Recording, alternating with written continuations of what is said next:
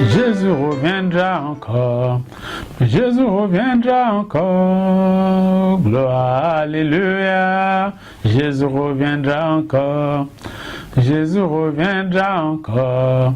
Jésus reviendra encore. Oh, gloire, alléluia. Jésus reviendra encore. Prions. Éternel de Tout-Puissant de gloire, nous te remercions, nous te louons pour cette occasion que tu nous as offert pour nous annoncer ta parole de vie, encore une fois. Que ton nom soit béni, Seigneur, au nom puissant de Jésus. Seigneur Jésus, c'est toi le Dieu vivant. En ce moment que nous les croyons, nous attendons ta seconde venue. Manifeste-toi puissamment dans le corps de chacun de nous, dans la vie de tout un chacun, dans toutes les nations du monde, parmi toutes les races. Manifeste-toi puissamment pour que le monde sache que c'est toi le Dieu vivant, c'est toi le Seigneur des armées, c'est toi le Dieu de gloire. Au nom puissant de Jésus. Amen. Bien-aimés dans le Seigneur, vous êtes les bienvenus à cette séance qui inaugure notre programme pour la seconde moitié de l'année 2013. Ici, ce mois, c'est le mois de juillet.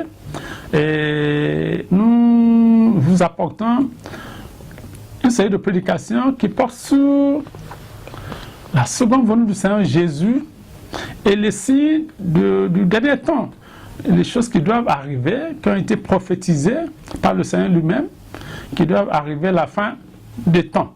Pour cette première séance, je vous parle sur la seconde venue du Seigneur Jésus-Christ, un événement inévitable.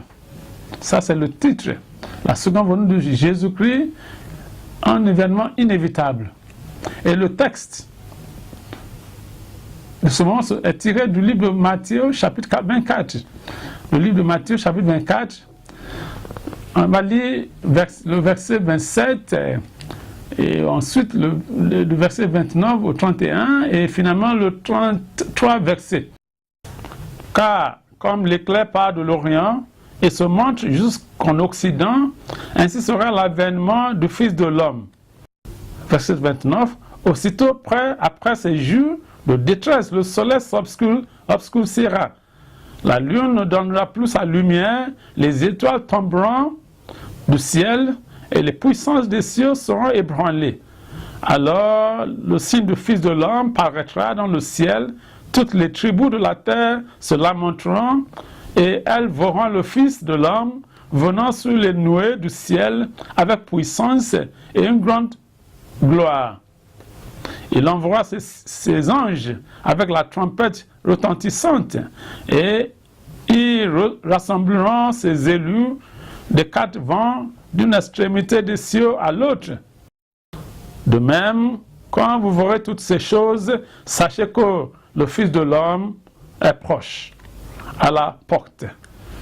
Bien-aimés, de quoi s'agit-il vraiment? Il s'agit de l'inévitabilité de la seconde venue du Seigneur Jésus-Christ. Vous savez, on vient de vivre l'ascension du Seigneur, après sa résurrection. Il a passé 40 jours pour s'entretenir avec les disciples, avec les gens qui étaient avec lui. Et après, il est monté aux cieux. Mais après l'ascension, on s'attend à ce que, au moment qu'il plaira au Seigneur lui-même, qu'il lui plaira, lui, le Dieu vivant, il va revenir. C'est un moment que personne ne connaît. Comme le Seigneur Jésus même précis. C'est ça le Dieu seul qui sait. Mais c'est un moment que nous attendons tous. Le monde entier attend, surtout les croyants. Voilà. On sait que vraiment, sa venue est inévitable. C'est une vérité. Le livre des Actes des Apôtres, chapitre 1, verset 9 au 11e, nous explique, on parle aussi dans une prophétie de sa seconde venue. Actes des Apôtres, chapitre 1, verset 9 au 11e. Voilà, bien aimé. De cette même manière qu'il est monté aux cieux. De cette même manière, il va revenir. Ça sera un étonnement. Le monde sera étonné, puisque le moment là, c'est le moment qui plaît à Dieu lui-même. Que personne ne connaît, ni les anges. Mais c'est à nous maintenant d'attendre la seconde venue. Quand le Seigneur va venir, on sait qu'il va juger le monde. Quand il va venir, il va juger le monde. Il y a 3 sortes de jugements, mais on ne parle pas même pour le moment. Donc, tout croyant doit attendre avec prière, la venue du Seigneur. Ça sera un moment très important. Très important.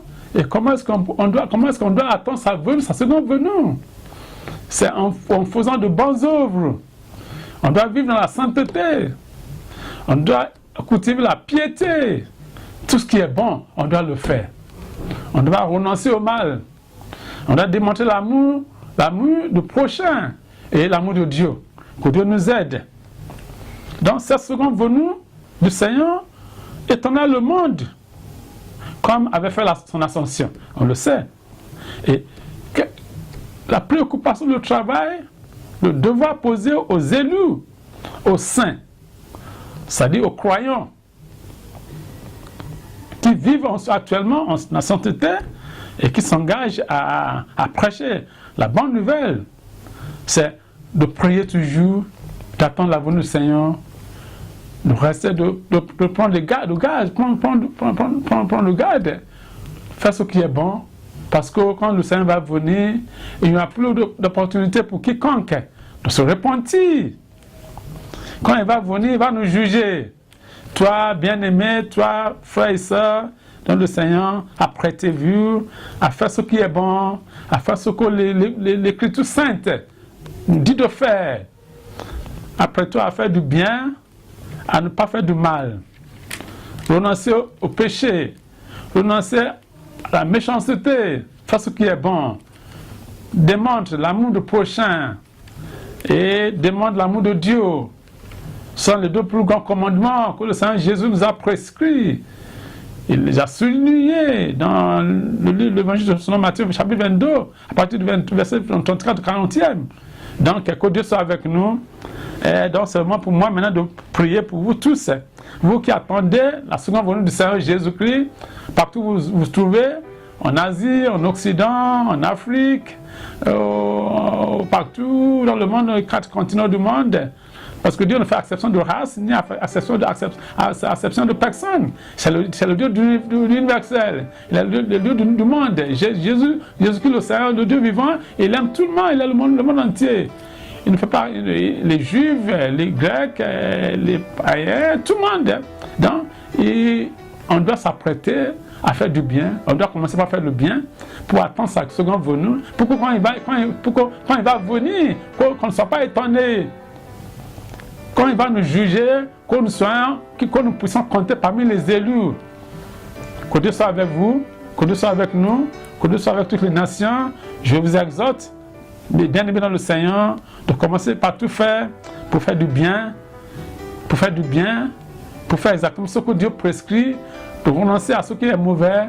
Et j'en profite pour prier pour toutes les nations. Que la paix du Seigneur règne dans tous les pays du monde, surtout les pays francophones. Et que la paix règne, que la vérité du Seigneur Jésus, de la Dieu divin, que ça puisse parvenir à tout un chacun. Et donc, nous qui sommes des croyants, nous devons essayer de faire un effort pour prêcher la bonne nouvelle. Prêcher la bonne nouvelle. Annoncer au monde la seconde venue du Seigneur Jésus. Parce que la bonne nouvelle doit être prêchée dans toutes les nations, dans tous les continents, avant que le Seigneur ne puisse revenir. Que la paix de Dieu soit avec nous. Vous qui écoutez ma voix, la paix du Seigneur soit avec vous, la paix de Dieu soit avec vous, que par son Esprit Saint, que vous prospériez, que vous avancez dans tout ce que vous faites, que la paix règne dans vos familles, dans vos domiciles, dans vos nations, que tout aille bien avec vous, au nom puissant de Jésus. Amen.